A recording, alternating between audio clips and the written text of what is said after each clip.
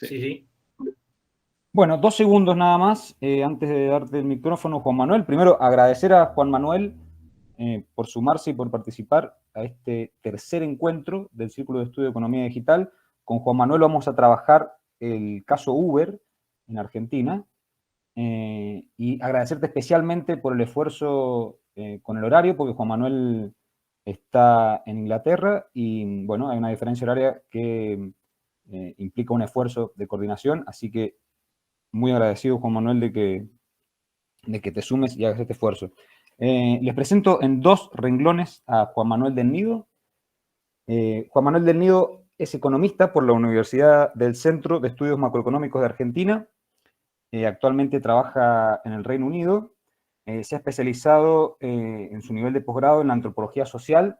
Tiene un máster en Edimburgo, en la Universidad de Edimburgo, y un doctorado por la Universidad de Manchester.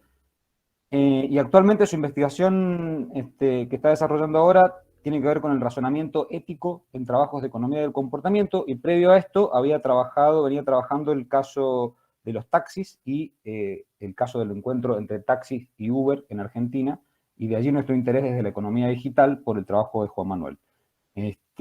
Su lugar de trabajo actual en el Reino Unido es el Centro Max Planck Cambridge de Ética, Economía y Cambio Social.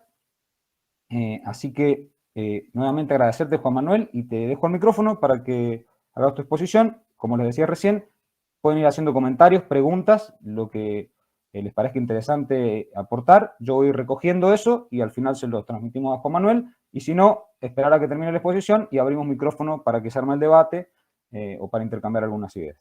Bueno, Juan Manuel, te paso el micrófono. Gracias, Marco. Bueno, gracias, Marco, Pablo y Julián, por organizar la invitación y el evento. Fue un placer. Es un honor también tener oportunidad de discutir estos temas que para mí se gestaron en un trabajo, bueno, en Buenos Aires, pero también que tienen que ver con el trabajo de toda mi carrera de antes y con una idea de cómo entender ciertos problemas de la Argentina y qué podía aprender yo sobre otros problemas pensando a través de este conflicto en particular. La clase de hoy, como habrán visto en las lecturas, se basa en un capítulo de mi libro, Taxis versus Uber. Sale ahora en 3 semanas por la editorial de la Universidad de Stanford. No quiero que lo piensen como un texto muerto, si bien el libro ya está impreso, está ahora yendo a las librerías, ¿sí? Pero o sea, es una idea que estoy trabajando todavía en otro formato para tratar de entender las formas de legitimidad que generan estas plataformas. En otras palabras, cómo seducen o cómo persuaden de una especie de voz popular o de un populismo radical, como dice el título de la charla. Así que no sientan, digamos, participen como si fuera un texto vivo, no lo tomen como un seminario digamos, como una especie de pergamino viejo, sino que es un texto que está trabajando hacia un proyecto nuevo. Habiendo dicho esto, como dije antes, por si alguno se sumó en el entretanto, en virtud del cansancio que todos tenemos con Zoom y con otras tecnologías de pantalla, es una presentación exclusivamente oral, así que siéntanse tranquilos de cerrar la pantalla y mirar por el balcón mientras presento el trabajo. Entonces, bueno, el título es Uber y el populismo radical de ratings algorítmicos. El 12 de abril de 2016, Uber activó su plataforma en Buenos Aires. En ese momento, la ciudad y sus 13 millones de habitantes eran el último mercado de semejante tamaño, sin ninguna plataforma de viajes hasta ese momento. Para entonces, la discusión pública sobre economías de plataforma y economías digitales ya llevaba varios años, con Uber solo ya llevaba más de 5 o 6, y la discusión académica en general, que es de producción más lenta, recién empezaba a aparecer. 5 años y docenas de plataformas más tarde, estas conversaciones se consolidaron alrededor de preguntas cada vez más precisas. Por ejemplo, ¿qué cuenta como valor? ¿Cuál es la naturaleza del trabajo? ¿Cómo estas economías digitales se anclan en relaciones concretas? Sus materialidades y otras cuestiones. Hoy, estudiando el ejemplo de Uber, quiero discutir un aspecto muy particular de estas economías. son las calificaciones o los ratings, me voy a referir a uno u otro alternativamente, como sinónimos para el propósito de hoy, que los consumidores dan a quienes proveen el servicio. En el caso de Uber, los conductores. De cierto modo, este es un tema que ya ocupó a varios investigadores como un aspecto particular de estas relaciones laborales, de control y de vigilancia. Como sabemos, como base, sabemos que el rating de usuarios o consumidores, o el propio hecho de dar un puntaje, de dar una calificación, afecta a las relaciones sociales y económicas de las que se trata. En un extremo, hay quienes argumentan que los ratings empoderan a los consumidores, cuyas voces, entre comillas, cuentan, y fuerzan a los productores o proveedores a un ejercicio reflexivo que los obliga a mejorar el servicio o la relación con el consumidor. En el otro extremo, hay quienes aducen que estos ratings facilitan, ensañan y mistifican la precarización y vigilancia de los trabajadores y de sus condiciones laborales. Hay un aspecto, sin embargo, de estos ratings que escapa a estos análisis. Me refiero a la fundamental incapacidad de cualquier rating como el de Uber, infinitamente abierto en sus sentidos, de significar algo real. Este es el argumento que voy a presentar hoy. Me apoyo en una larga tradición de antropología, sociología y filosofía de los números, índices y de la cuantificación que ya analiza algunos de estos problemas. Canónicamente, la dificultad para rankear o calificar de modo consistente, para estabilizar los sentidos de un ranking, la porosidad de los números con respecto a aquello que gradan y demás. Esta es la base sobre la que la idea se va a construir. No vengo desde la literatura copiosa ya de las plataformas, sino desde la literatura de los números. Hoy quiero usar esos argumentos para pensar en una de las consecuencias lógicas menos exploradas de estos ratings. ¿Qué pasa cuando rankeamos con las mismas 5 estrellas, las 5 estrellas de Uber, o de Amazon, o de la que se les ocurra, fenómenos tan fundamentalmente diversos como la capacidad de conversación, la aptitud al volante, el sexismo, infraestructuras mecánicas y emociones?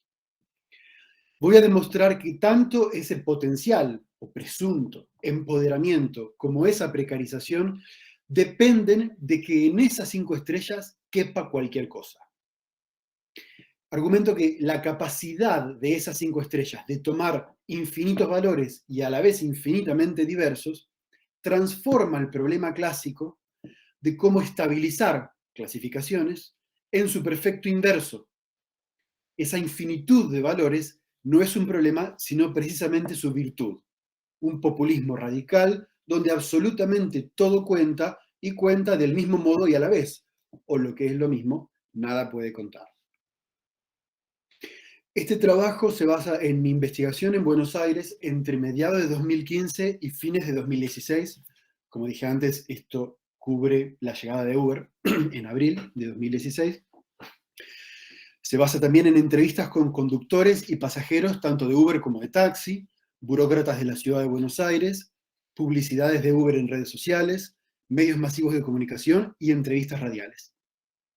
Retomo también fragmentos, como dije antes, del capítulo 6 de mi libro, disponible como material de lectura para esta clase. Empiezo entonces con una pequeña y no demasiado bella, pero quizá eficaz, viñeta etnográfica.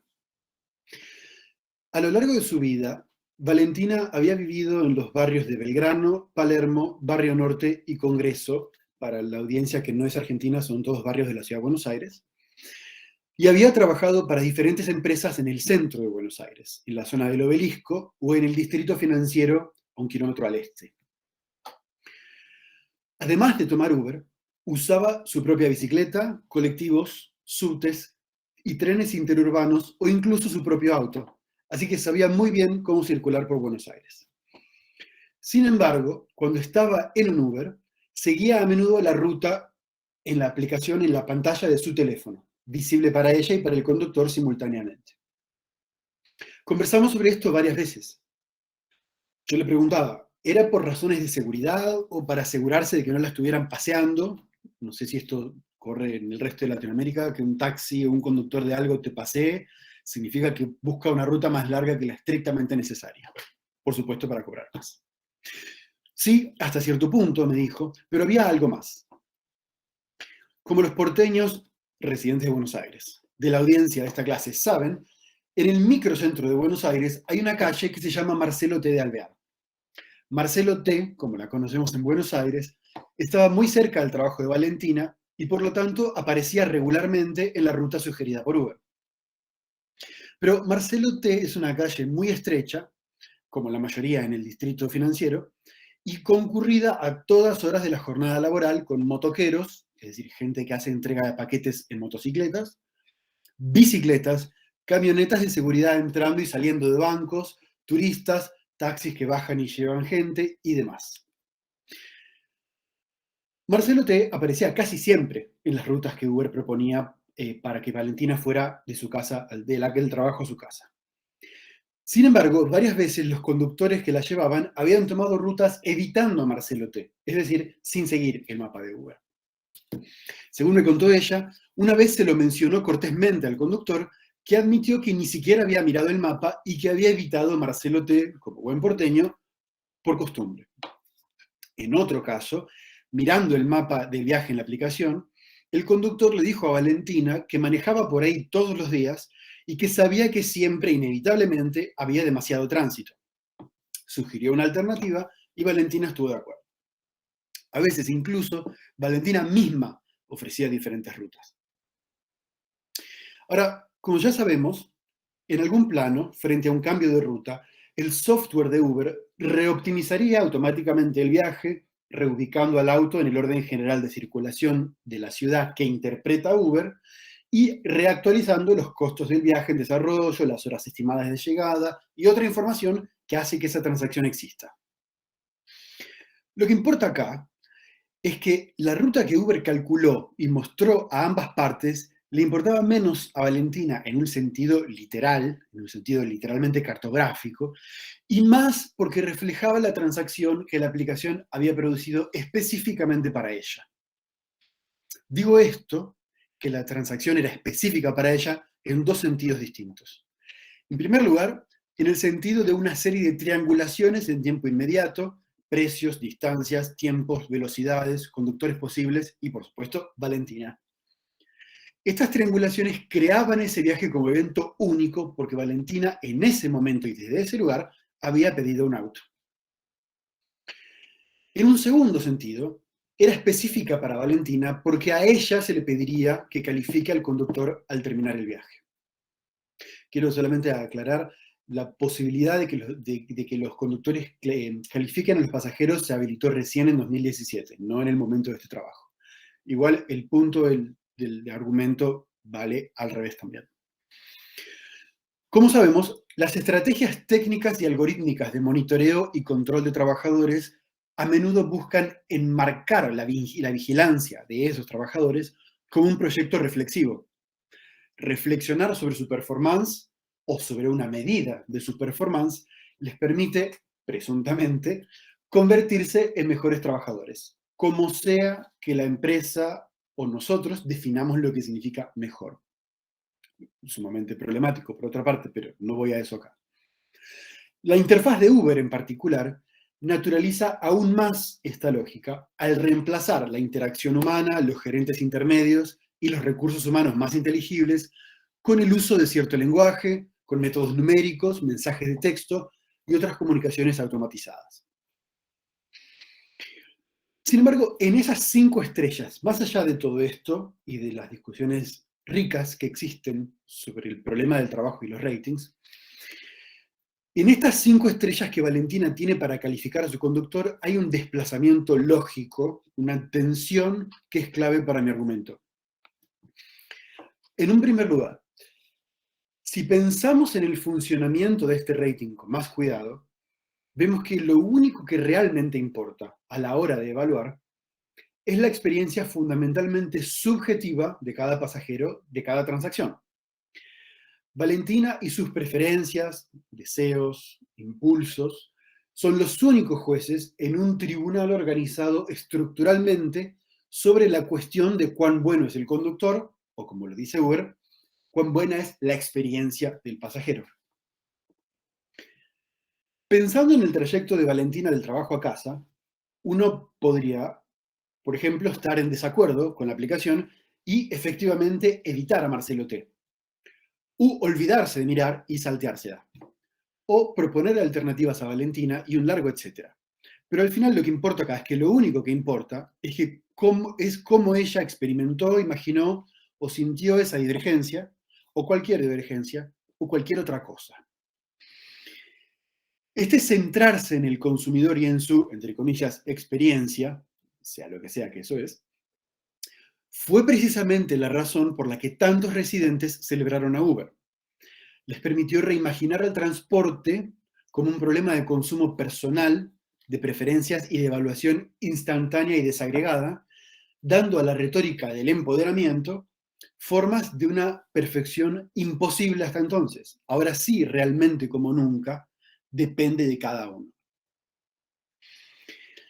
Pero en un segundo lugar, esas experiencias que, como dije, son fundamentalmente subjetivas, solo pueden entrar a las relaciones que crea Uber en la forma de 5 estrellas que son idénticas y que evocan una progresión ordinal y cardinal de 1 a 5.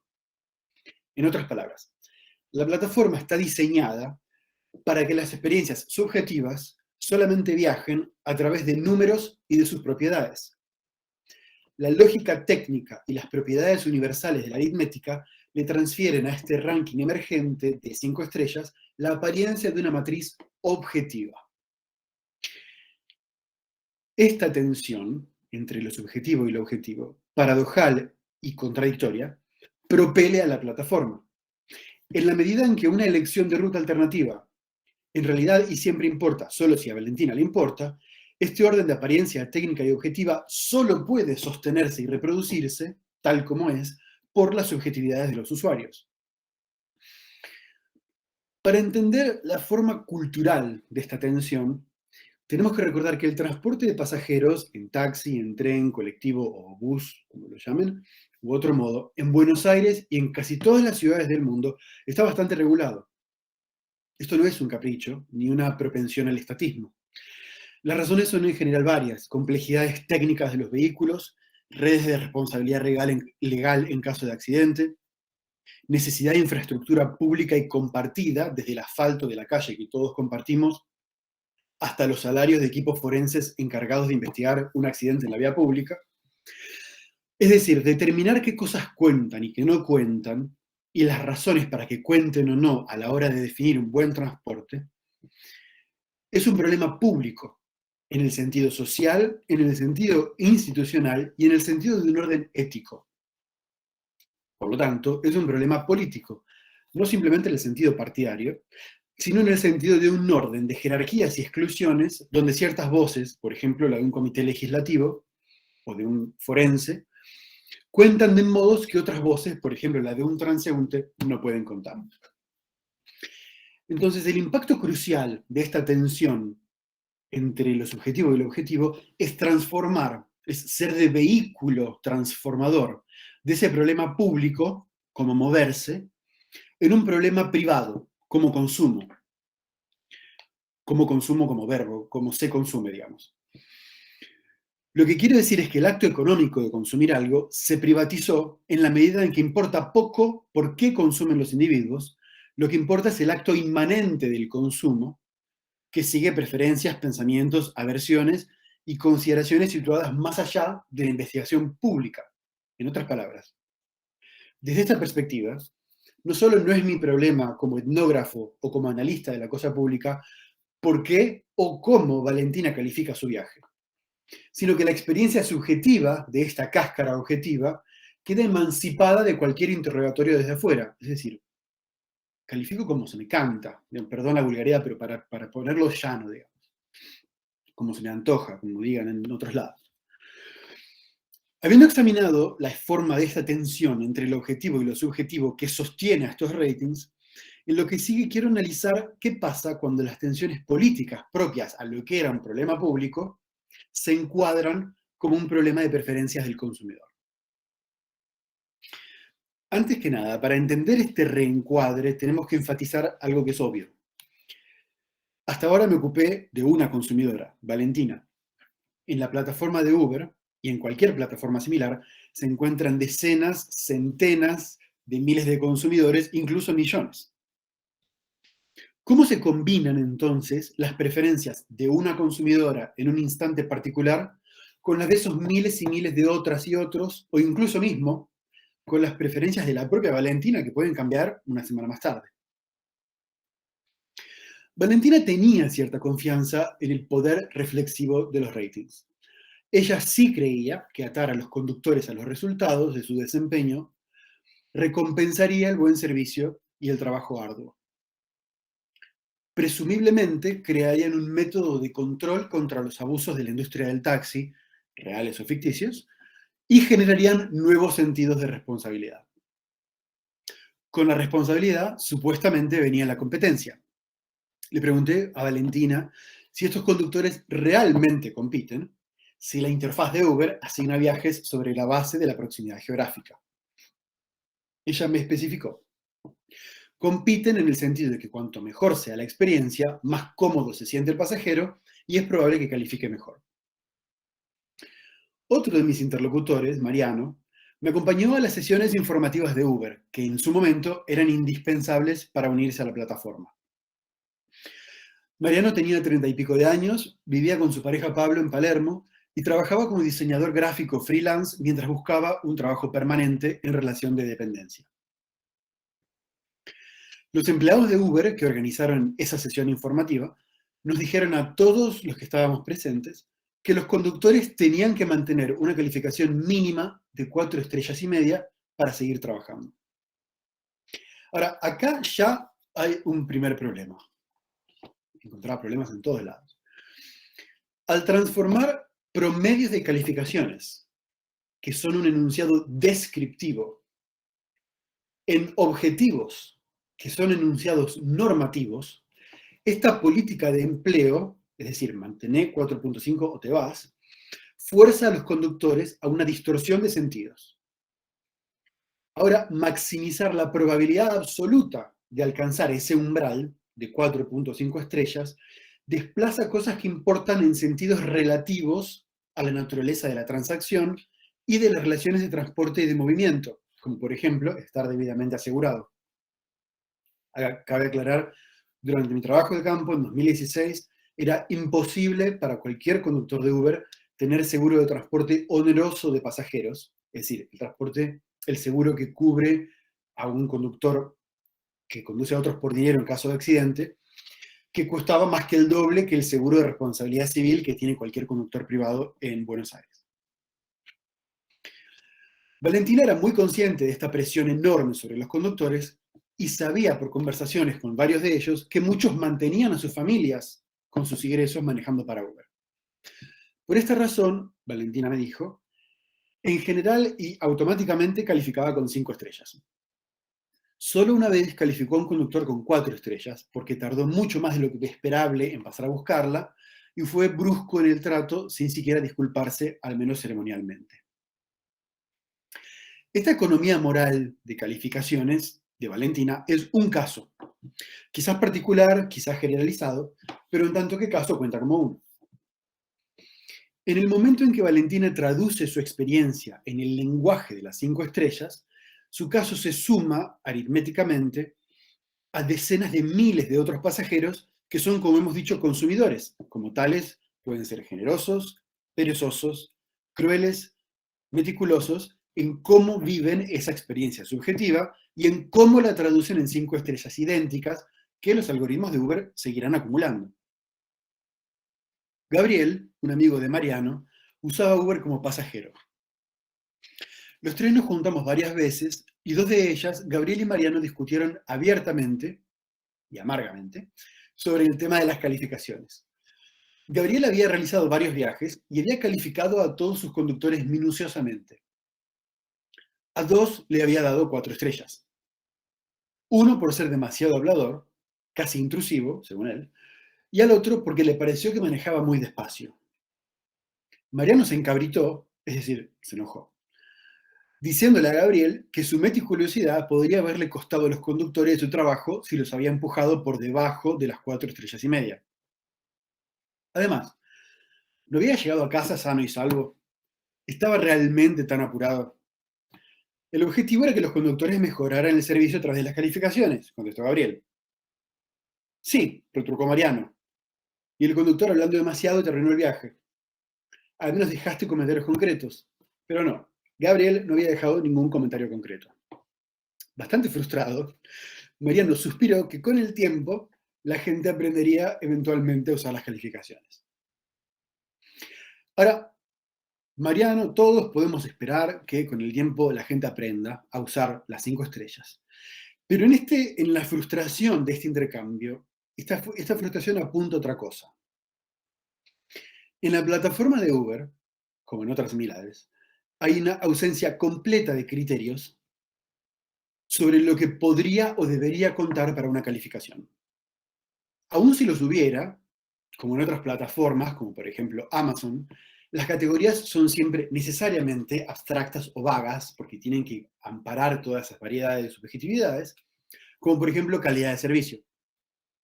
Esto también de que la gente las use con cierta ligereza, porque nadie tiene tiempo de ponerse a interpretarlas. Esta ausencia de criterio o de barómetro, de jerarquía de sentidos, sobre lo que debería contar, un ejercicio normativo, es precisamente lo que alimentó la percepción de estas calificaciones como un dispositivo de empoderamiento. Como dijimos antes, era un empoderamiento radical. Cualquier cosa cuenta si en principio, como vemos con Gabriel, uno decide que cuente. Ahora bien, las 5 estrellas completaron la transferencia de un problema público a un problema privado. No simplemente porque los consumidores califican, sino porque no existe arbitraje de lo que es importante considerar, saber, sentir o reflexionar a la hora de calificar.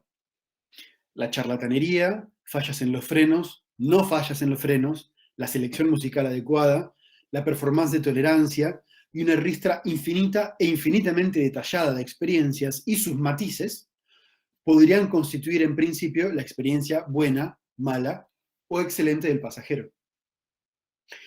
Ahora pensemos un momento en cómo empecé esta clase. Tradicionalmente, el objetivo general de cualquier indicador, índice o rating o calificación es alguna forma de consistencia. Cómo asegurar que dos cosas más o menos similares con respecto a un valor reciban más o menos la misma calificación, que se las pueda entonces ordenar jerárquicamente, etc. Lo que vemos en el caso de estas 5 estrellas de Uber, pero que es cada vez más corriente en todas las interfaces que nos piden calificar cualquier cosa, porque hoy ya realmente se nos pide calificar hasta la seguridad del aeropuerto, es que los ratings algorítmicos abiertos a cualquier consumidor invierten el sentido de ese problema.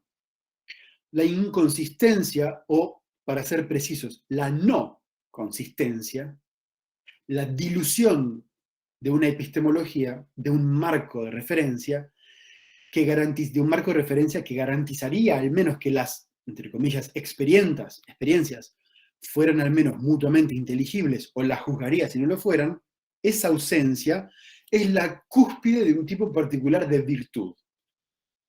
Voy a volver en un momento a esta virtud. Por ahora quiero enfatizar una vez más que Valentina, Gabriel, Mariano y todas las voces cuentan independientemente de lo que dijeran en cualquier momento y con cualquier intensidad, y todas contarían por igual siempre que permanecieran en las 500 últimas calificaciones de cualquier conductor. Esto es una manera elongada de decir que en términos epistemológicos, las calificaciones de Uber eran perfectamente vacías. ¿Qué quiero decir con esto? Que en cualquier sentido real de la palabra calificación, era imposible clasificarlas, priorizarlas o estabilizarlas con respecto a cualquier cosa que no fueran ellas mismas. Esa soberanía del consumidor rebota sobre sí mismo, su virtud es precisamente no depender de una fuera, de una guía externa, de una jerarquía. Una estrella arrestada hoy por ser demasiado hablador, otra arrestada mañana por conducción imprudente y otra arrestada al día siguiente porque la puerta del pasajero no cierra del todo bien, se igualan, y ninguna de las tres puede contar más que la otra. Quizás se neteen al poco tiempo con una estrella extra por tener botellitas de agua, otra estrella extra porque el pasajero estaba de buen humor, y otra estrella extra porque un pasajero decidió premiar a un conductor que frenaba a tiempo en los semáforos. Ahora, pensemos en la fundamental diversidad de lo que estamos hablando, ¿no? Sexismo, charleta. Es en este vacío de sentido real que se genera el populismo radical al que apunta mi argumento. Con el término populismo radical me apropio del trabajo del historiador económico Philip Mirowski. En 2009, Mirowski se propuso estudiar el proyecto de Wikipedia y en particular lo que se entendía como el impulso empoderador de Wikipedia. Por un lado, ese impulso tenía que ver con que Wikipedia, a diferencia de otras enciclopedias físicas o virtuales, es de acceso gratuito, libre e inmediato.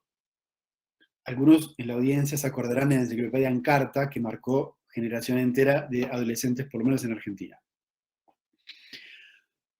Por otro lado, y más importante para nuestros propósitos acá, es que el proyecto de Wikipedia es descentralizado y enfatiza, celebra incluso, la multiplicidad de voces, ediciones e interjecciones que componen sus artículos.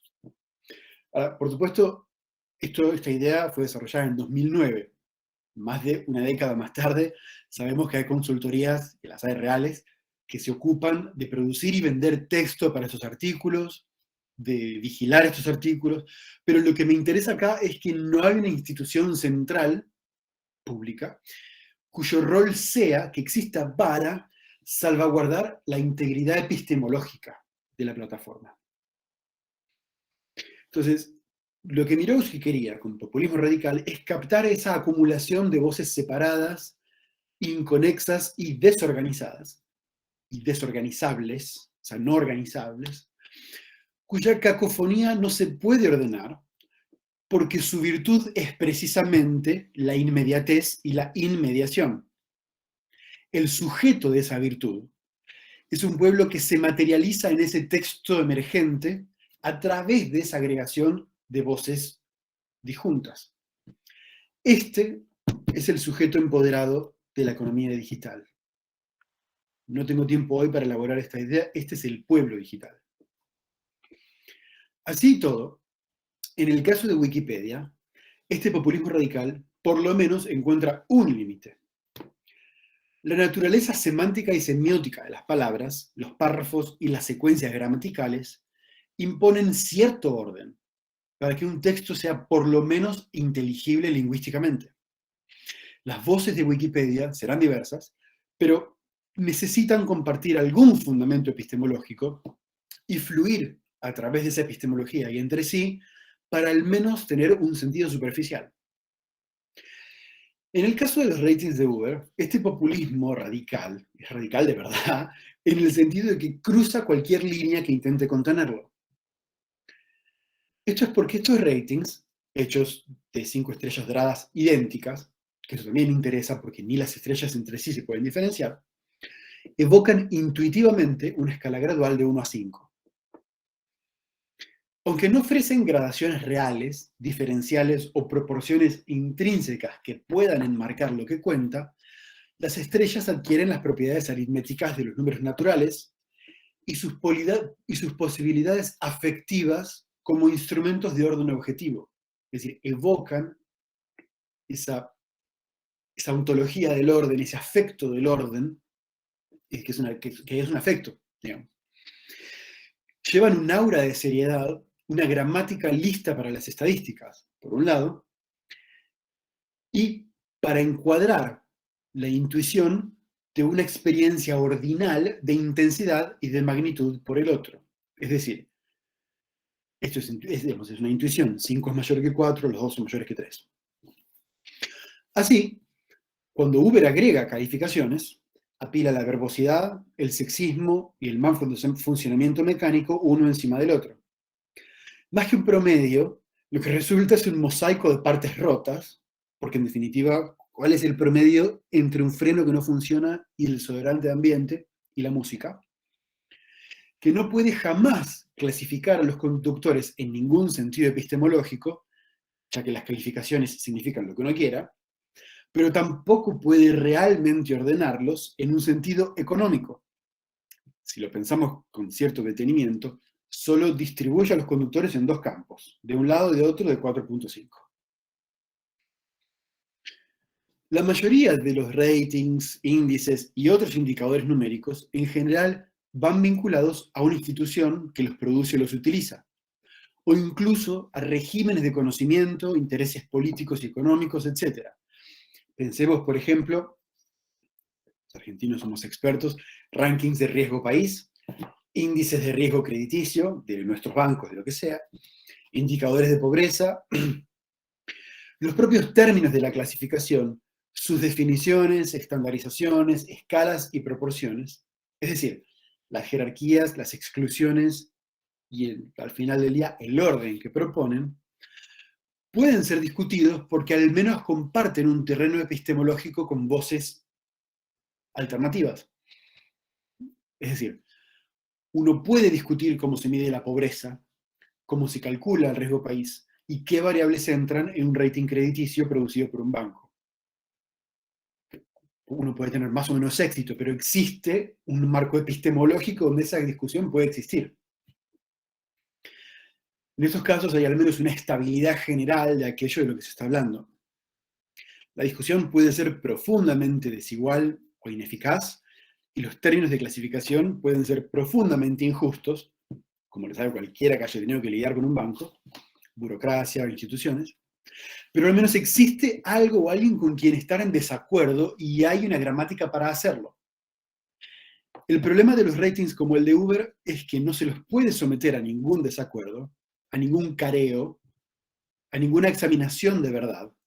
No se les puede preguntar nada, porque en esencia no puede nunca significar nada más que una sumatoria imposible de instantes inconexos, como hemos demostrado ahora. El rating de un conductor será un número netamente aproximado, aritméticamente muy preciso, pero infinitamente indeterminado en el sentido. Y en el proceso, el vacío de lo real que producen se convirtió en política industrial, decidiendo quién maneja o no. Este populismo es radical, por último, para ir cerrando, porque en un sentido es perfectamente elusivo.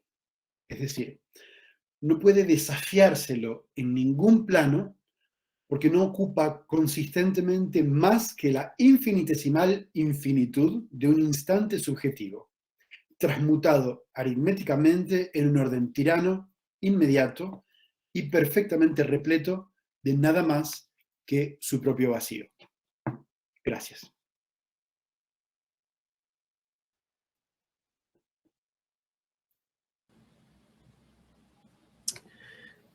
Muchas gracias, Juan Manuel. ¿Qué tal? Soy Julián. Julián, hablamos por mail, quizás un poco tarde. Muy interesante tu exposición.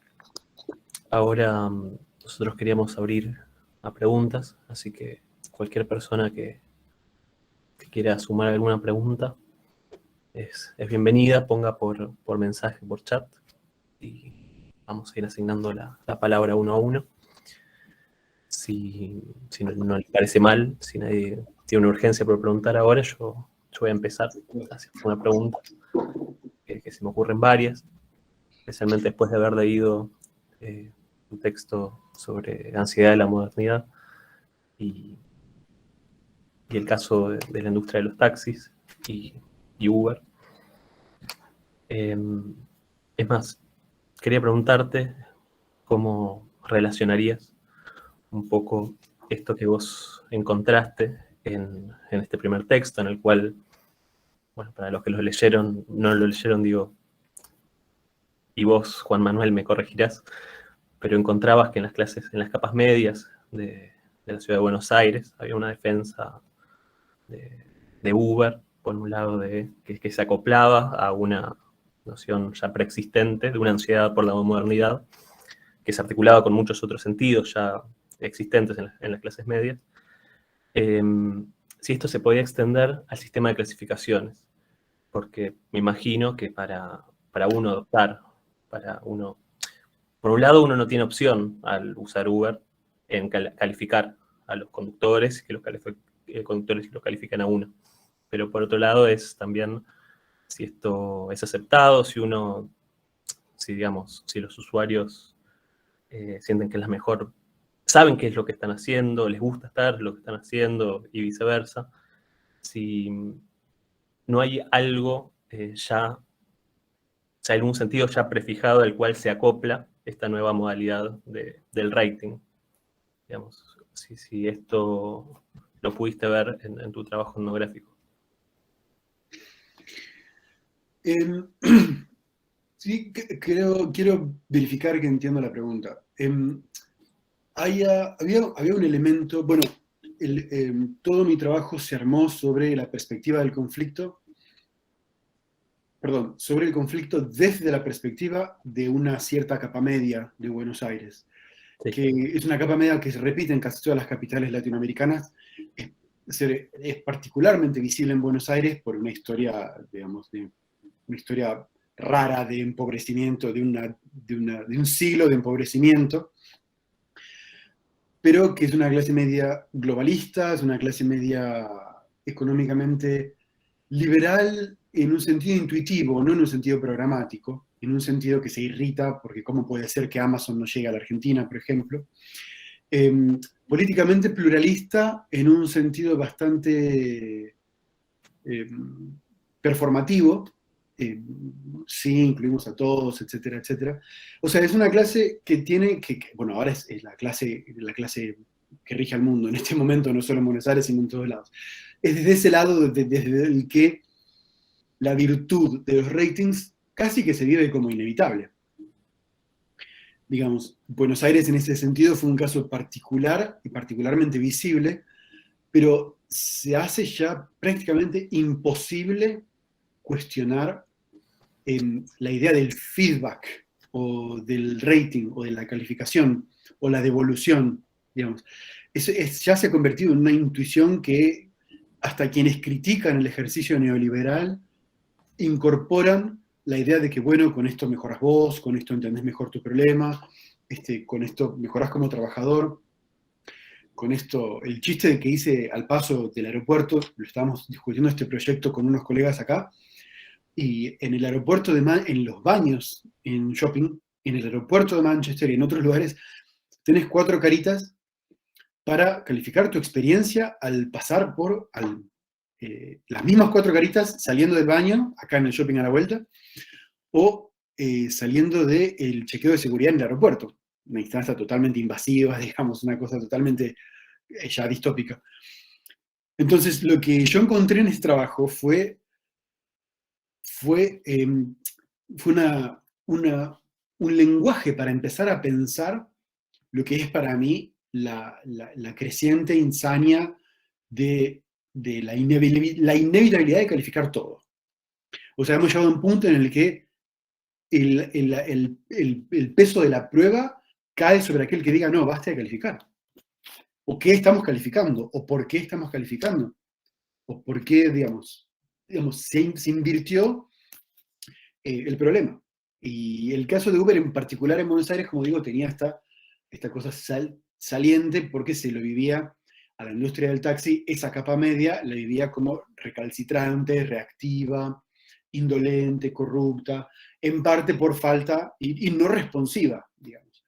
Cosa que en el ejercicio teórico de estos argumentos, que esto pase o no es otra cosa, pero en las formas elastizadas lógicas de estos argumentos, bueno, con los ratings puedes mejorar tu performance. Esto la gente lo dice de verdad. O sea, en las universidades británicas te hacen, le preguntan a los estudiantes al final del curso qué pensaron, y sobre esas calificaciones se establece la política educativa.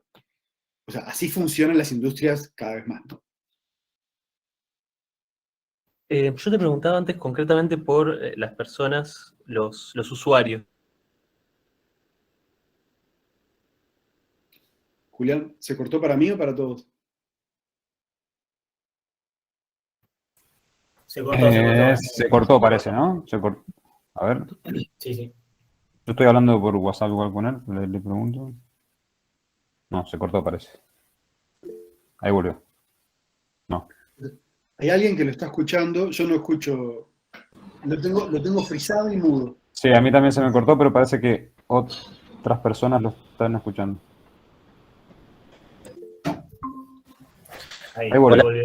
Juli, se te cortó cuando estabas hablando, así que creo que no sé si... No, no sé. Sí, yo los escuchaba, escuchó, ¿no? pero escuchaba que ustedes no me escuchaban. Ok. Ahora creo que volví. No, que Sí, ahí está, perfecto. yo lo que preguntaba antes de abrir otras preguntas, que repito, si me quieren decir, son bienvenidos, que antes te preguntaba por los usuarios, digamos, por los sentidos que le daban los usuarios a las calificaciones, y ahora te quería preguntar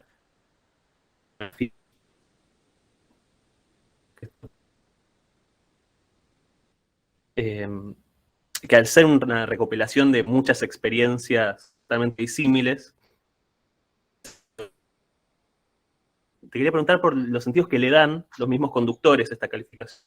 Por ejemplo, 4.5 era el límite para que te den el auto no.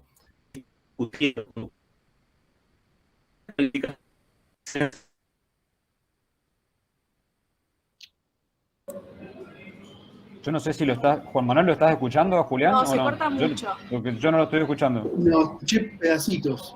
Se corta, ¿no? Escuché que me preguntabas sobre los conductores. Si no, por ahí puedes escribir la pregunta en el chat, Julián, o mandársela a Marco. Perfecto. Ajá, Juli, pasarla directamente por el chat por ahí. Si alguien más quiere pedir micrófono o ir escribiendo algo por el chat, también lo puede hacer, ¿eh?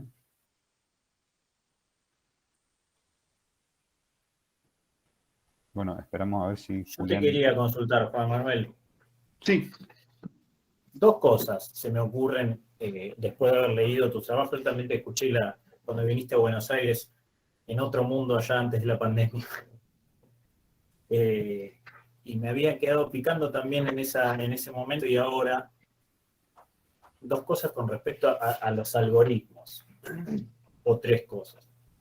En primer lugar, a mí me interesa, nosotros hemos trabajado con el grupo del observatorio, la idea de la relación que se establece a partir de los datos y los algoritmos. Entonces, la pregunta viene a cuenta de ¿qué te parece a vos? ¿Cuál es el rol específico que cumplen los datos y los algoritmos en este estudio, en este tipo de relaciones que vos bien describías recién? Si son simples intermediarios, si son simples lugares vacíos en donde la gente intercambia, o si juegan un rol de intervención de algún tipo, y qué tipo de intervención te parece a vos que juegan. Al mismo tiempo y en el mismo sentido, te preguntaría si te parece que hay una posibilidad de regular esa relación algorítmica, o si te parece que es inviable de algún modo regular de algún modo esa relación algorítmica. Me refiero a la regulación desde el ámbito institucional, público, estatal, básicamente, ¿no? Si eso es posible, si te parece que existe alguna viabilidad, y si te parece que es un camino que deberíamos recorrer, o si en realidad lo que vos pensás es que es esencialmente nociva esa relación algorítmica y que es un camino que habría que evitar. Bueno, en principio esto y después nada, tengo otras preguntas, pero... Sí, son preguntas súper interesantes. Con respecto a la primera, el tipo de relación que se establece a partir de los algoritmos, para mí la relación que fue más importante en términos de mi trabajo, y esto es, acá hay que hacer una aclaración, mi trabajo fue sobre el conflicto entre Uber y los taxis, que no es que me ponga pedante, pero con esto quiero decir, yo no investigué la plataforma en sí. O sea, no me pronuncié. Lo que fue muy interesante, que es una respuesta quizá medio diagonal, pero probablemente por ello inesperada, es que lo que yo encontré es que los algoritmos daban hay un artículo muy interesante de David Beer, como cerveza en inglés, que independientemente de aquello que los algoritmos realmente hagan, la idea de algoritmo persuade de una lógica de eficiencia, aunque no tengamos ni idea de qué es lo que el algoritmo está haciendo. Quizá en la audiencia de esta clase en particular, de gente a la que le interesan las economías digitales y que se ocupa por estudiarlas, decir que a los algoritmos hay que abrirlos y pensarlos desde adentro es un poco trivial. Pero por ahí, si salimos a la calle, la idea general del algoritmo es de un instrumento de eficiencia, es de un instrumento que produce una especie de verdad elísea, digamos, donde realmente la combinación, por ejemplo, el problema era cómo puedes estar en contra de algo eficiente, que permite los precios suben para que la gente pueda manejar y se vacíe el mercado, qué sé yo. Entonces, lo que para mí fue sumamente interesante ver cómo el algoritmo entraba en diagonal, no porque la gente lo entendiera lo que estaba haciendo, o sea, no porque la gente conociera los algoritmos, que aparte los de Uber, como es bien sabido, son particularmente secretos. Los de Uber, los de Google, hay un montón que no están, o sea, son propiedad intelectual. Son tan materiales y reales que están protegidos por leyes de patente, digamos, ¿no? Pero no obstante, la gente aún asocia a la idea del algoritmo. En estudios, una colega mía estudia detección temprana de ciertas enfermedades. En médicos estamos hablando de gente súper educada, y no es gente a la que le falta educación, en donde se celebra el algoritmo sin que los médicos en sí sepan cómo funciona, pero saben que el algoritmo combina patrones y reconoce enfermedades. O sea, hay una idea de expansión de posibilidades asociada a la eficiencia y el tecno-utopianismo que es muy fuerte. Y esa fue la idea que yo encontré también en el trabajo de campo. Es decir, ¿cómo puedes estar en contra de un orden eficiente propalado por algoritmos? Como mencionaba durante el podcast que hicimos con Marco, yo creo que, o sea, en el caso particularísimo de Uber, para mí estas son relaciones de trabajo. Bueno, de hecho ahora el mundo está dando la vuelta a la página y pensando, paremos un momentito, esto es trabajo. En la legislación argentina, sé que tuvieron una sesión sobre esto hace poco, pero uno de los argumentos interesantes en este sentido, cuando yo estaba haciendo mi trabajo de campo, es que de entrada, los abogados a los que entrevisté, abogados laborales e incluso gente en las cortes en las que circulaba el caso, es que en la legislación argentina, si alguien determina el precio de un contrato entre partes, o sea, esta persona es parte del contrato. Que el argumento de las plataformas en general es que solamente median, pero el problema es que Uber marca precio, define precio. Y a la vez, si no fuera por esa interacción, yo conductor y vos pasajero no nos encontraríamos nunca. O sea, no es que aceita como hacía en su momento Easy Taxi, cuyo argumento era diferente, porque Easy Taxi sí vinculaba taxistas, que ya eran taxistas, con pasajeros que buscaban un taxista. ¿Se acuerdan de Easy Taxi? Sí. Sí. En cambio, Uber inventa esas subjetividades que no pueden existir por fuera de su plataforma. Lo que me lleva a la segunda pregunta. ¿Es posible, es deseable, son nocivas las relaciones algorítmicas? Yo creo que son problemas fundamentalmente éticos. Éticos no en el sentido polvoriento de un comité ético de una universidad perdido en un ala perdida de un edificio seco, sino que la pregunta inmediata es cómo debemos organizar las relaciones. Las que se crean algorítmicamente, todas. Hoy por hoy, una hipoteca, un banco, estudiantes que entran a la universidad, todas estas relaciones están mediadas por algoritmos a los que nadie tiene acceso en general. No se les puede cuestionar, que eso es un problema. El segundo problema, que es más puntiagudo, porque no es simplemente hacer los algoritmos más inclusivos o qué sé yo. El segundo problema es pensar por afuera, además levantar la mirada del papel y decir, ¿qué pasa cuando ciertas relaciones se escriben en el código algorítmico? Ciertas relaciones que existen por otro lado. Una de la investigación quizá más interesante es la investigación sobre sexo casual, parejas, Tinder, Grindr y todas estas aplicaciones que juntan gente, que cambiaron el modo, estos algoritmos de combinación de gente, cambiaron el modo en el que la gente entiende compatibilidad, en el que la gente entiende el erotismo, en que la gente entiende sensualidad, en el que la gente piensa en lo que se forma una pareja. O sea, no es solamente hacer el algoritmo más inclusivo para que entre gente de otras clases, o otras razas, o de otro, etc. Es pensar qué pasa con hacer esto a través de un algoritmo, independientemente de la forma que sea. O sea, es una pregunta aún más sustantiva, ¿no?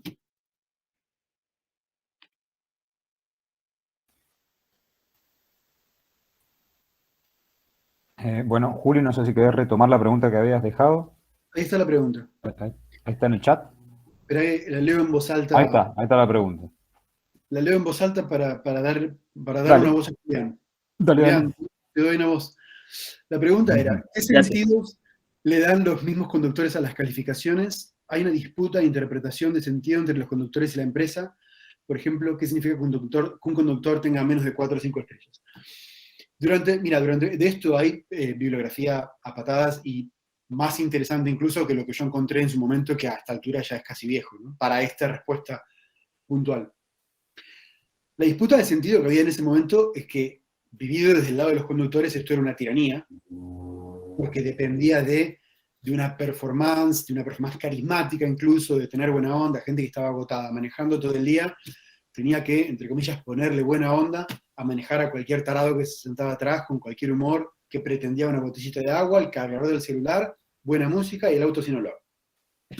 Uber a nivel mundial, intentó, digamos, contrapesar esa tiranía del consumidor, que es una forma, la gente diría neoliberal, es una forma muy estadounidense, el lema del que el consumidor o el cliente siempre tiene la razón, llevada a su límite más literal.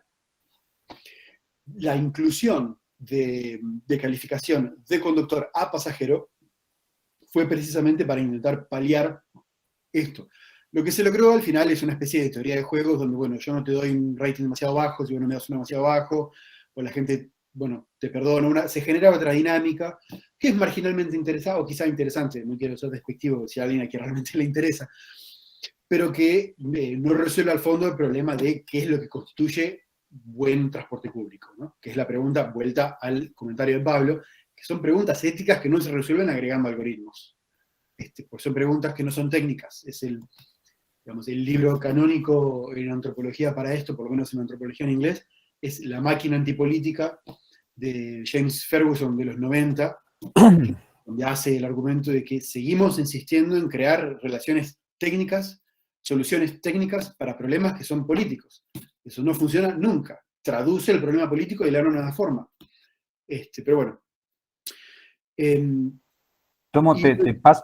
Perdón. Para cerrar, digamos, eso es como más o menos responde un poco a las tres preguntas. Que el conductor tenga menos de 4 o 5 estrellas significa que en ese momento, por lo menos, se lo llama a una sesión donde Uber lo charla y le explica lo importante que era tener más de 4 o 5. Y si el conductor no logra, digamos, en el discurso quizá de las plataformas, si el conductor no mejora, sale de la plataforma. Pero bueno, más o menos está respondida la pregunta general. Marco, ¿querés leer la que sigue? Leo la de Selene. Dice, buenas tardes, me gustaría saber si tienen algún dato respecto a si Uber le da la misma importancia a su sistema de calificaciones o estrellas en todos los países donde opera o si lo toma en cuenta en función de la competencia con otras aplicaciones. Dice, yo estoy en México, recién realizo una serie de entrevistas con conductores, me comentan que debido a la férrea competencia que tienen con la China Didi, ellos perciben que el sistema de estrellas se ha flexibilizado. Es una pregunta excelente a la que no tengo respuesta interesante. Porque cuando yo hice este trabajo, la ventaja que tenía ese trabajo para mí es que era solo Uber. O sea, que era un problema, el problema era Uber y los taxis. No había otra plataforma de este tipo en Buenos Aires en ese momento. Lo que sí sé, pero no lo sé por mi trabajo de campo, sino que lo sé por leer bibliografía al respecto, es que, sobre todo en Estados Unidos, es donde sale esta bibliografía, están Uber y Lyft, y hay bibliografía al respecto de cartelización de precios o manipulación del algoritmo de precios para reflejar el hecho de que hay otras compañías compitiendo por las mismas ciudades, digamos. Pero no, es una pregunta súper interesante y no tengo respuesta concreta. Hay un caso, no sé, un comentario. Tengo un par de cosas anotadas más para comentar que para preguntar, creo. O no sé, tal vez preguntar. No sé si realmente lo puedo ordenar como una pregunta porque La verdad que es muy interesante, hay muchos conceptos ahí que se van disparando. Pero te pregunto, ahí enganchándome con lo de Selene, hay un caso de una plataforma que pusieron a operar en Siberia. No sé si alguien lo ubica y puede comentarlo en el chat. No sé, Juan Manuel, si escuchaste o no de este caso. Es súper interesante porque lo que hizo esta plataforma fue, funciona con la misma lógica de Uber, es de hecho de transporte de pasajeros, pero elimina la cuestión de la fijación de precios a través de la plataforma, digamos, y la fijación de precios se hace efectivamente por oferta y demanda entre conductores y pasajeros. Y fue un intento como de, de que sea algo más, entre comillas, colectivista o comunitario, si se quiere. Entonces, el precio de los viajes es automáticamente a través de... A ver, lo digo con un ejemplo. Yo quiero tomar un taxi, que no son taxis, tienen otro nombre. Entonces me aprieto en la plataforma y digo de dónde hasta dónde quiero ir. Y automáticamente la plataforma me responde con ofertas que dan los choferes que están en ese momento circulando. Y uno dice, yo te llevo por 100, yo te llevo por 50, yo te llevo por 20. Y bueno, yo elijo el precio que me conviene. Ahí Adolfo responde. ¿InDriver se llama? ¿Es esa, Adolfo? ¿La conoces, Juan Manuel, o no? Es muy interesante el caso porque usa la misma lógica algorítmica, digamos, pero sí, dice Adolfo, es esa. En México opera, dice Selena. Mira, interesante. Es la misma lógica algorítmica, digo, Juan Manuel, pero le cambia un poquito la forma de funcionar, ¿no? De operar, o sea, por lo menos la fijación del precio. Mira, es un ejercicio sumamente interesante y es interesante desde la industria, es interesante pensarlo desde la industria del taxi, porque hay un antecedente similar. Cuando yo estaba haciendo el trabajo de campo, me comentó gente, colegas chilenos, que en Chile en un momento existió un sistema de taxi sin precio fijado. O sea, cada uno ponía, y bueno, y el que quiere toma, y el que no quiere, ahí veo el comentario de Selene y va a eso también. Lo que pasó en Chile fue un desastre y lo tuvieron que abandonar porque imaginemos por un momento un universo en el que todos los taxis de una ciudad del tamaño de Buenos Aires no pueden cobrar el precio que quieran, pueden ir tan alto o tan bajo como quieran. En el momento pensemos en un taxista al que le cierra el día y no juntó todavía el dinero. Un viaje que costaría 100 y bueno, mira, lo hago por 80. O mira, lo hago por 60. Y empieza una carrera y el tipo maneja por 60. Le faltan los 40 que hubiera ganado para que si hubiera sido 100. Tiene ahora que conseguir esos 40. Y a medida que el tipo daba vueltas, a medida que el tipo avanzaba, el auto se gastaba, el tipo estaba cansado y se armaba una perfectísima demoníaca. En inglés se llama Race to the Bottom. No sé cómo se traduce eso en castellano. Cuando estamos cuando hay tanta super oferta que todos nos liquidamos a ir al precio más bajo, que ya tenía gente que la gente no hacía verificaciones mecánicas porque le costaba, entonces decir, bueno, cobro menos por el viaje, me ahorro pagar la patente, me ahorro pagar el seguro, o me ahorro ciertos costos, o corto esquinas, como se dice en inglés. Y fue un caos, pero un caos social, no simplemente de transporte. La gente chocaba, o sea, el tipo, como bajaba los precios, tenía que manejar mucho más para juntar ese dinero, y el tipo manejaba 24 horas seguidas, y se la daba contra un poste. Por eso esas son las lógicas, por eso fue interesante para mí empezar ese trabajo desde los taxis, porque entender por qué los taxis tienen precios fijos en todo el mundo, no era un vicio del sindicato argentino, digamos. Los taxis en general tienen precios centralizados, en casi todos centralizados o más o menos organizados, en todos lados. Así que no sé qué pasa con esta plataforma en particular. Lo que pasa es que tienden a promover esta carrera hacia el fondo, digamos. Es una competencia descarnada, digamos, porque se tiran a matar por lo que sea que haya. Y el otro te lleva por 40, te llevo por 39. Te cobra por... Mira, no te pongas el cinturón de seguridad, te llevo por 20. Y así empieza, y de eso no salís nunca. Es la forma, es un mercado tan perfecto que es lo que todo el mundo se la pasa criticando del neoliberalismo, es la perfecta encarnación del mercado capitalista neoliberal de transacciones instantáneas y no conocidas. Me interesa, voy a buscar cómo funciona esta plataforma en particular, pero bueno, De hecho, ahí Cristian dice, la plataforma Ajá, eso, Cristian. eso te sugiere iba a decir, sí. precios cuando son demasiado bajos. O sea, hay De hasta... hecho, Cristian lo dice en el caso en Bolivia, dice en Bolivia opera también. Sí. O sea, hay un intento de estandarización de la transacción para que aparte la gente le sirva de norte. Porque si no, ya no tenés cómo pensar en cuánto cuesta un viaje de Palermo a Villurquiza. Claro. Pero es una pregunta muy interesante para la gente que está trabajando en plataformas hoy, sobre todo desde la perspectiva económica laboral, porque la proliferación de plataformas y de variantes que se fueron ajustando a diferentes realidades nacionales, fíjate acá, en Bolivia opera de una manera, en México de otra, en Siberia de otra, van generando todos estos híbridos que como ejercicio experimental son fascinantes. A mí me preocupa en general lo precario que es todo esto, ¿no?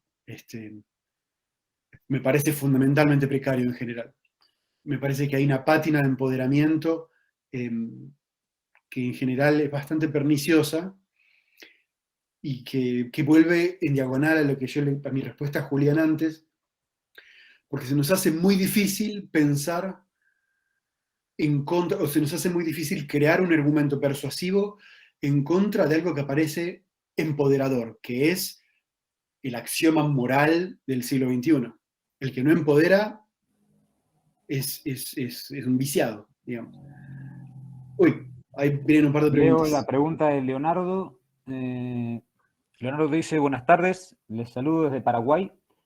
Acá existe Uber, Bolt y Move, MV, una empresa nacional. Anteriormente existió Easy Taxi, invirtieron mucho en hacerla funcionar, pero no tuvo entrada en el mercado. Aquí muchos Uber rechazan viajes con tarjeta y pregunto, ¿cuánto afecta la bancarización de los conductores en la incorporación efectiva de Uber?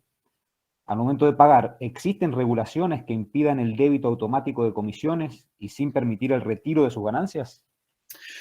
Es una pregunta muy interesante que va a uno de los comentarios que se hicieron antes sobre cómo las aplicaciones se adaptan en los mercados nacionales. Uber funcionó desde su principio, en 2009. Siempre, o sea, la base de Uber, la estructura elemental, era a través de la bancarización con tarjeta de crédito o débito, pero o sea, un sistema bancarizado que fluía. Uno de los primeros países en los que la empresa se vio obligada a trabajar con efectivo fue, no me acuerdo si Kenia o Tanzania, porque el país no estaba bancarizado a una escala significativa, con lo cual para poder ocupar el mercado, creo que era Tanzania, pero no me citen con eso, Uber inventó el modelo de pagos en efectivo. Uno de los otros países fue Argentina, porque como los argentinos de la reunión se acordarán, cuando empezó el conflicto con Uber, en Buenos Aires, una de las estrategias legales fue bloquear la concreción de pagos. Cuando el juez, primero intentaron bloquear la circulación de datos por Internet, que no fue imposible, fue técnicamente imposible porque la ciudad estaba integrada, el problema era interesantísimo teóricamente. La ciudad de Buenos Aires está integrada al distrito siguiente, sé que hay gente que no es argentina en la reunión, del mismo modo que el Distrito Federal de México está integrado a los estados adyacentes, o que la ciudad de Washington está integrada a Maryland y Virginia. Hay una avenida y sigue el conurbano, digamos, ¿no? Y se convirtió en un mercado entero para estas transacciones. Jurisdiccionalmente eran problemas distintos. Cuando Uber llega a Buenos Aires, el caso se inicia en la ciudad autónoma de Buenos Aires, que es un distrito separado de los otros. Y el juez, intenta bloquear la transacción por Internet, no se puede porque la infraestructura de Internet está integrada, y la movida siguiente fue bloquear los pagos con tarjeta, que funcionó un poco a medias, porque la gente encontró la manera de fingir estar en otro país, por lo tanto la decisión de un juez argentino no podía bloquear Uber en Uruguay, por ejemplo, o en la provincia de Buenos Aires, que no es la ciudad de Buenos Aires, etc. Así que la bancarización afecta, sí o no, pero Uber cuando tuvo que encontrar alternativas, las buscó y las encontró y creó estructuras en efectivo. Y eso responde a la pregunta de ¿existen regulaciones que impidan el débito automático? El problema de esto es que nos lleva a un comentario que yo le hacía a Marco en el podcast de hace un par de semanas, es que todos tendemos a pensar a Internet y a relaciones virtuales y digitales como inmateriales. Y esta tendencia a pensarlas como inmateriales nos lleva a pensarlas como ajurisdiccionales, como si existieran por fuera. Parte de esas dificultades es que estas triangulaciones bancarias no existen en el éter. Las triangulaciones bancarias, por ejemplo, de los choferes de Buenos Aires, pasaban por una cuenta en Holanda y después eran transmitidas a cuentas en Estados Unidos, que son jurisdicciones reales, y el problema es que un juez argentino, en particular un juez de la Ciudad de Buenos Aires, no tiene jurisdicción sobre esos espacios reales. O sea, las economías digitales y las plataformas, ni hablar, cruzan jurisdicciones a través de cables y a través de electromagnetismo, pero se benefician de esa dispersión, que es una dispersión, no es inmaterialidad. Es dispersión, es segregación, es separación, y es una realidad muy física. La misma realidad física sobre la que se construyen los sistemas legales. Así que bueno, eso es más o menos quizá una respuesta. Hay una pregunta de Denise también. Denise hace una pregunta también, sí. Dice, buenas, quería consultarte si pudiste indagar en tu investigación si existen diferencias o sesgos de género en relación a las calificaciones otorgadas a conductores hombres y mujeres. Es una pregunta interesantísima, tan interesante de hecho que una de mis colegas en Cambridge actualmente está haciendo este exacto trabajo en su etnografía en India. Pero género fue una dimensión fascinante para mí en mi trabajo. Quizás de modos interesantes en relación a la pregunta. Porque, para empezar, el proyecto empezó con los taxis, que es un mundo en Argentina y en el mundo entero es un mundo de varones, un mundo inmensamente heterosexual, patriarcal, heteronormativo. Es el mundo más, el mundo del taxi, en todas las ciudades. De hecho, Buenos Aires, hasta donde yo sé, es una de las ciudades con más mujeres taxistas del mundo, pero son solamente 700 sobre una flota de 36.000 y pico de taxis. O sea, es una proporción minúscula. Y era un proyecto que también a mí se me abrieron esas puertas, también por ser varón. Las puertas del sindicato, el sindicalismo argentino es sumamente fálico. O sea, todas estas puertas se fueron habilitando. O sea, fue un proyecto sumamente de género, de un modo, ¿no? Lo que era interesante para mí fue, en el sentido de esta pregunta, fue la propuesta de Uber, que en su momento, cuando Uber llega, se proponía como un medio de transporte más seguro para las mujeres y como un medio de trabajo, de autoempleo, bueno, etcétera, etcétera, ¿no? Pero era la propuesta de la empresa para mujeres también. O sea, proponía traer esta igualdad de género al volante, digamos, donde tanto mujeres como varones, como cualquier género en principio, era igualmente capaz de llevar, digamos, de conducir a otra persona. El argumento de la seguridad fue siempre complejo, porque, y para mí, esto es una opinión personal, porque dentro de mis interlocutores había un montón que eran mujeres, y la relación con los taxistas siempre era ambivalente, porque los taxistas son, por un lado, súper machistas, sexistas, gritan cualquier cosa en la calle, etc. Pero a la vez, muchísimas mujeres pedían al taxista, mujeres y varones también, pero desde la perspectiva de género, de la violencia de género en particular, al taxista que las acompañe hasta la casa, que pare el taxi en la puerta del edificio, o se sentían más seguras usando la empresa de taxi o usando el taxi que cualquier otro medio de transporte, incluso el transporte de conocidos en auto.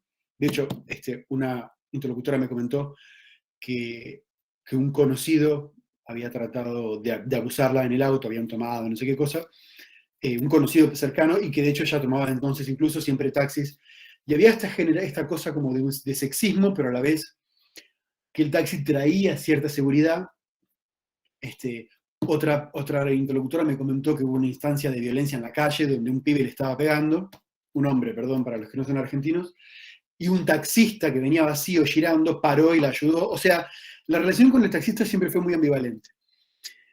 Lamentablemente, yo no tengo, como digo, para respuesta concreta, mi trabajo de campo no fue interesante, o sea, no produjo respuestas interesantes. En ese momento, yo no registré en mi trabajo que las mujeres se sintieran más seguras con Uber que con un taxi.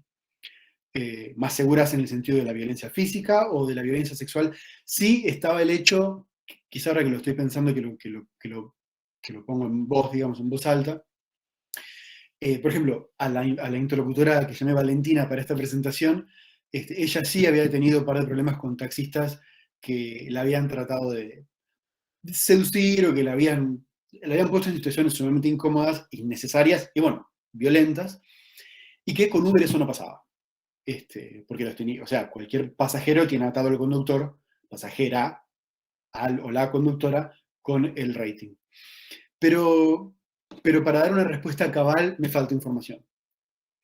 Me falta, o sea, fue un trabajo de campo que yo lo terminé, o sea, yo tuve que cerrar la recolección de datos en agosto o septiembre de 2016. O sea, Uber llevaba 6 meses nada más. Pero bueno, sí.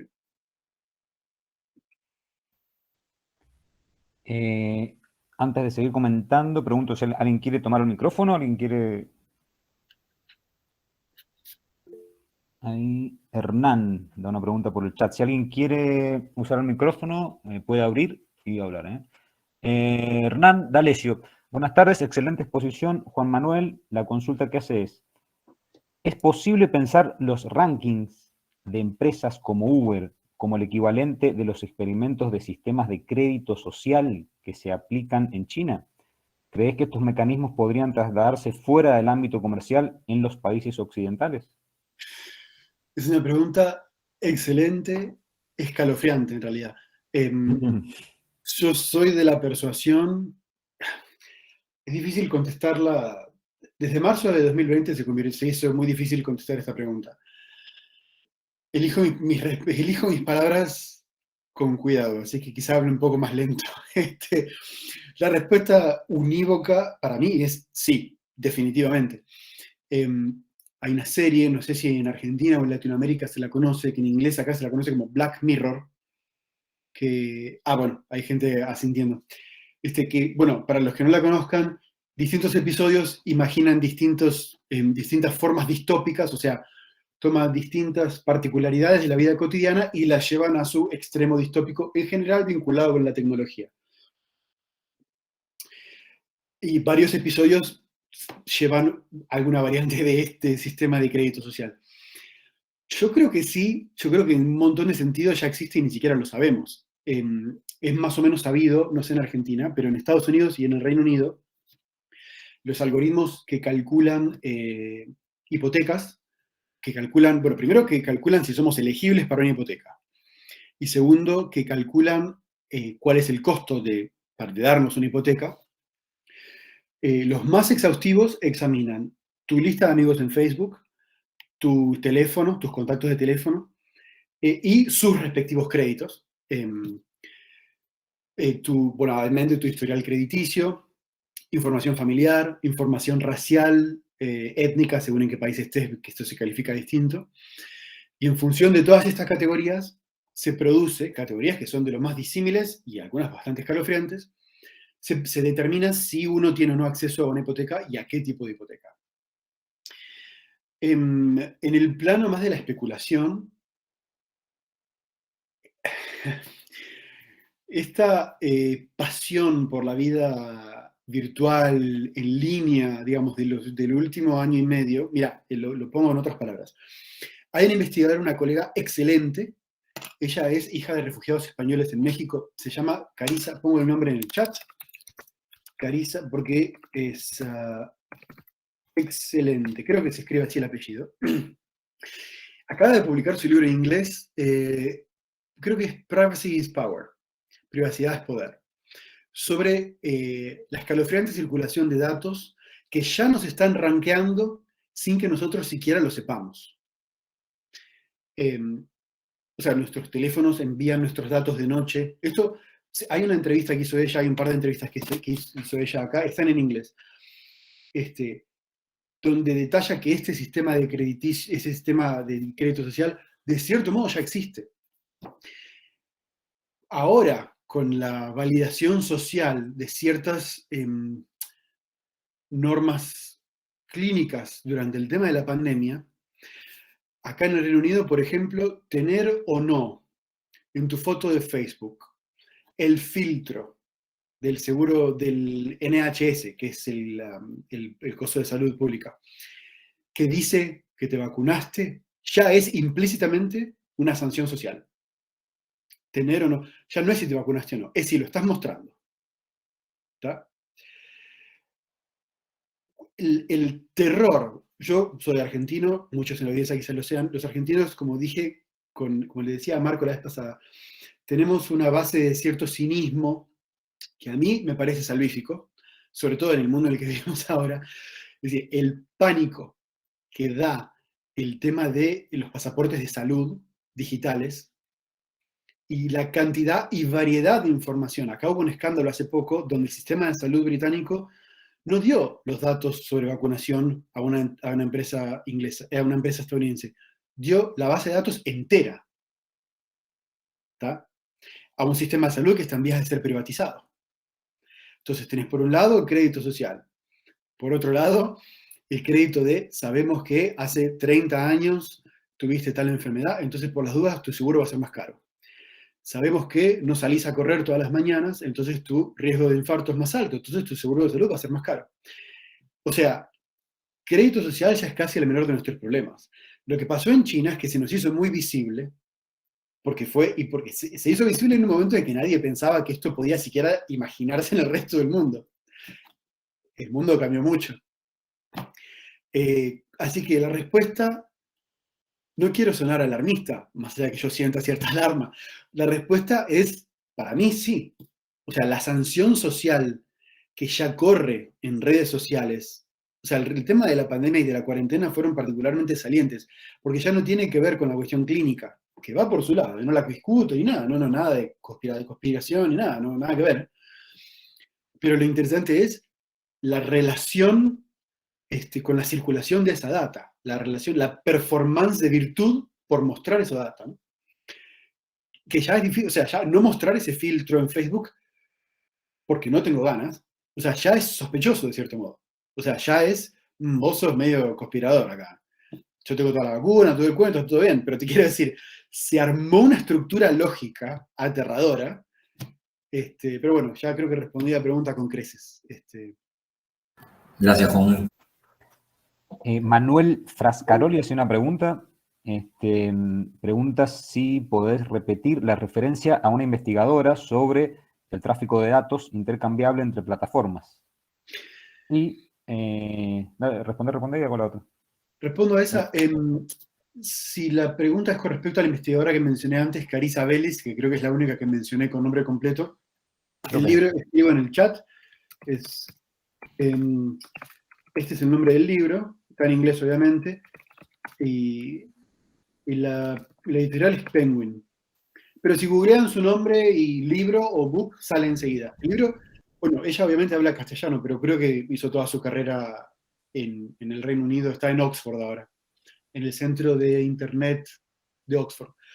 Ese es el nombre completo de ella. Y pregunta Manuel Frascaroli ¿qué opinión tenés del proyecto de regulación de la inteligencia artificial en la Unión Europea?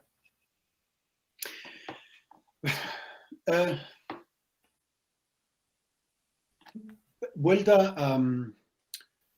presumo por el uso del usted que no sos argentino. En general, como decía, los argentinos, o por lo menos yo, tiendo a pensarme en una clave cínica y tiendo a pensar qué es lo que... Cuando alguien me viene a interpelar moralmente, mi primera intuición es ¿qué quiere esta persona de mí? ¿Qué quiere este partido de mí? Digamos, no me interesa quién sea, ¿no? Por cómo en general, estoy esperando, uno, ver los resultados de esa regulación, pero por otro lado, lo que quizá me desalienta un poco es que todas estas regulaciones, como las que se proponen sobre Facebook y eso, en general, tienden a pensar a la inteligencia artificial como uno, inevitable, en el sentido teleológico histórico, es decir, no tiene sentido siquiera intentar frenarlas o contenerlas, y dos, que de potencial benigno.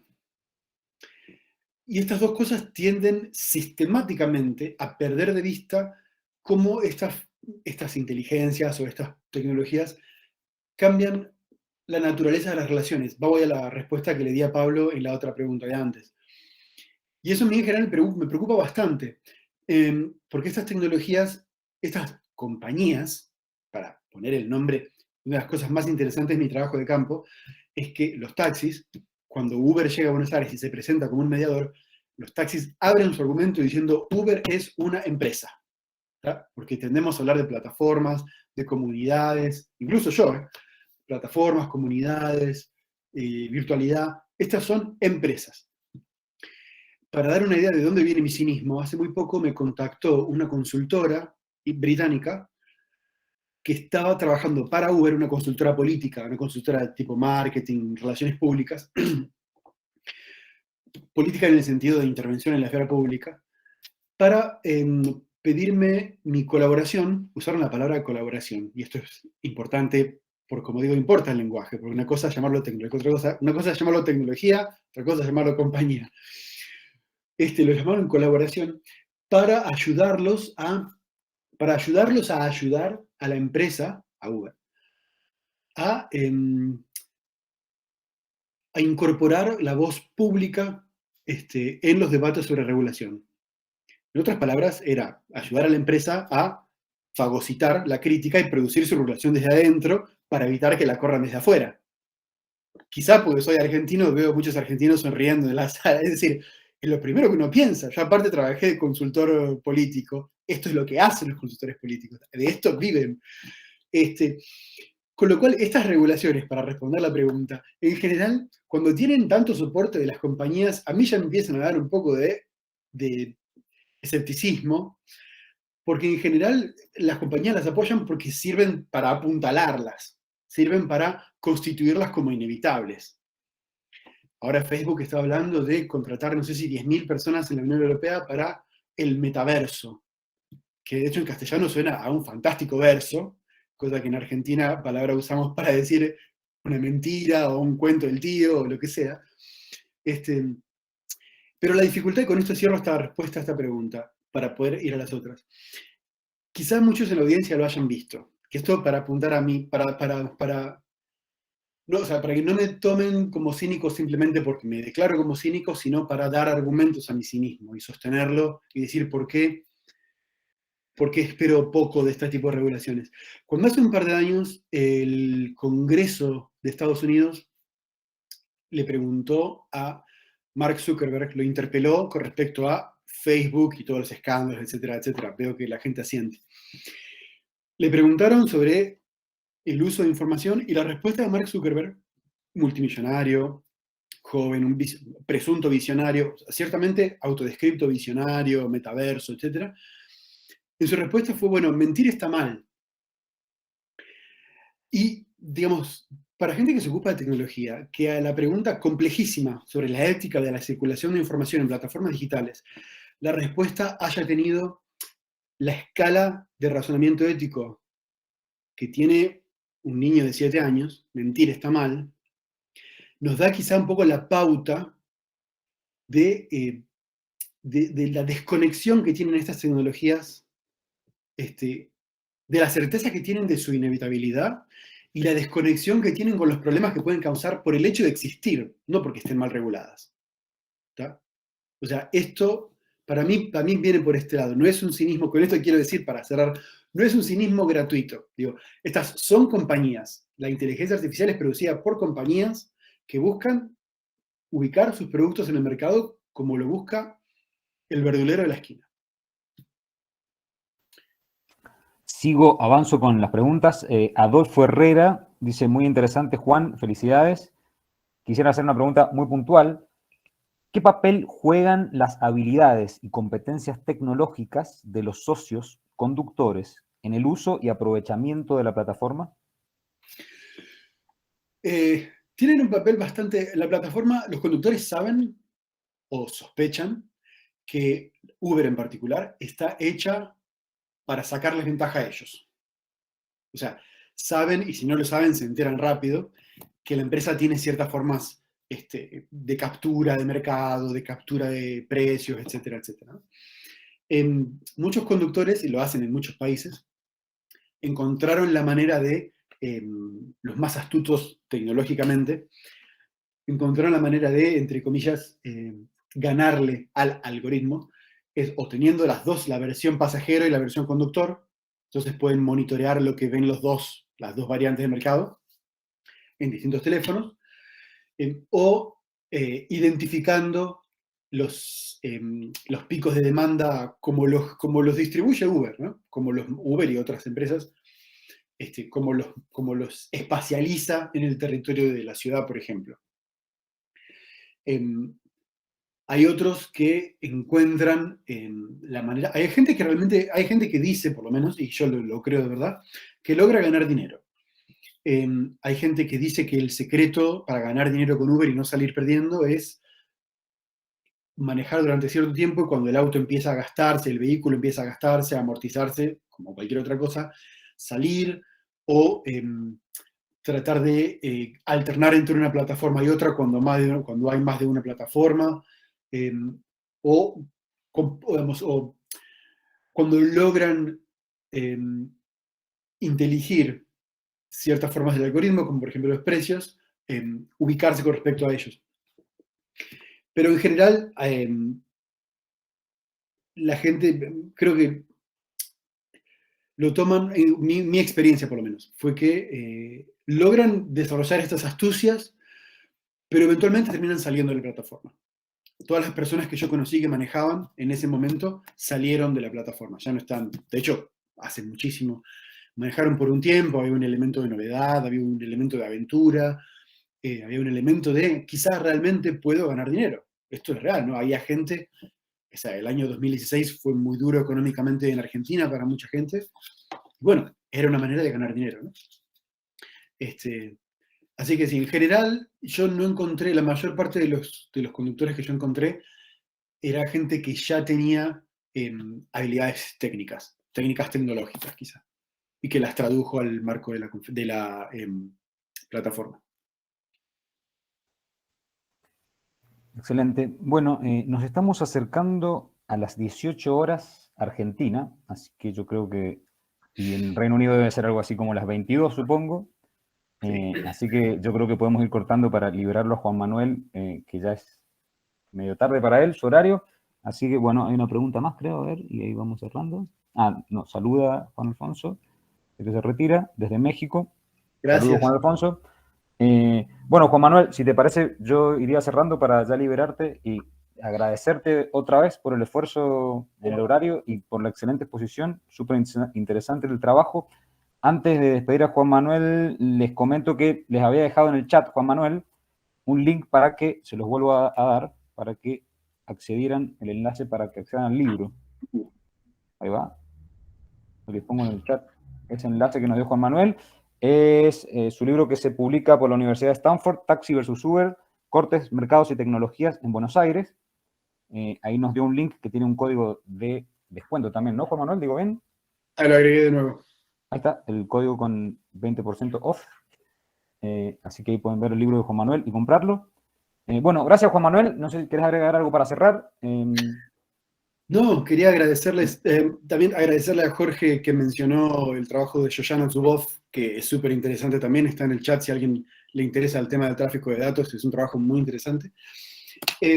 No, y bueno, y que sé que hay quizás gente, investigadores que estén trabajando en estos temas, me encuentran fácil, Juan del Nido, Cambridge, soy el único, Juan del Nido, Antropología, también soy el único.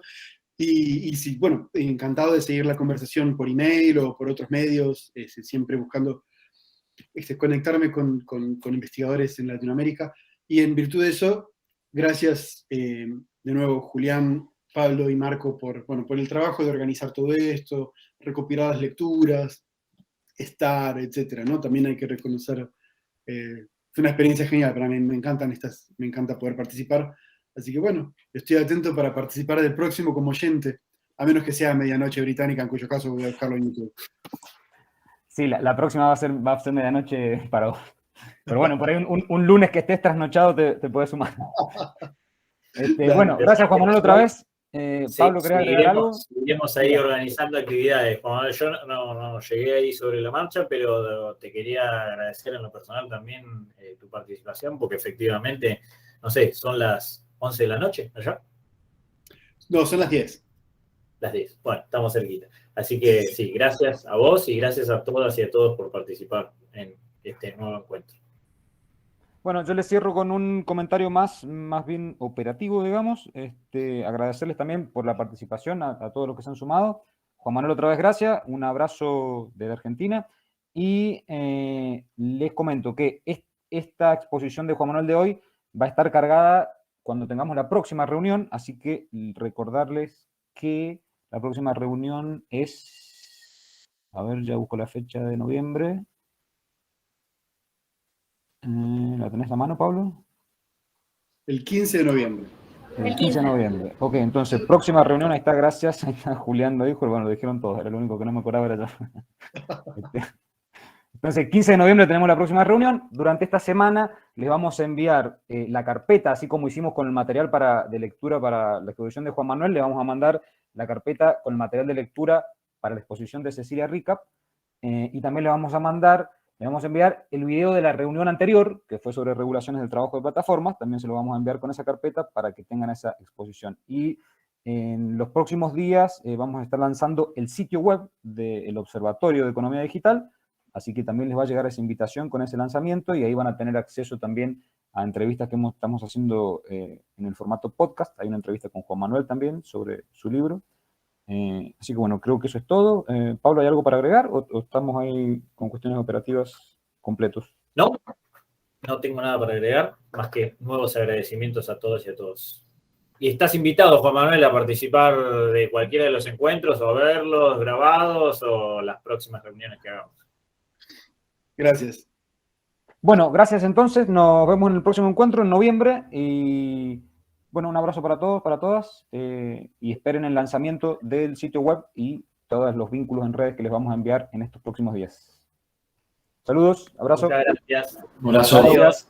Abrazo.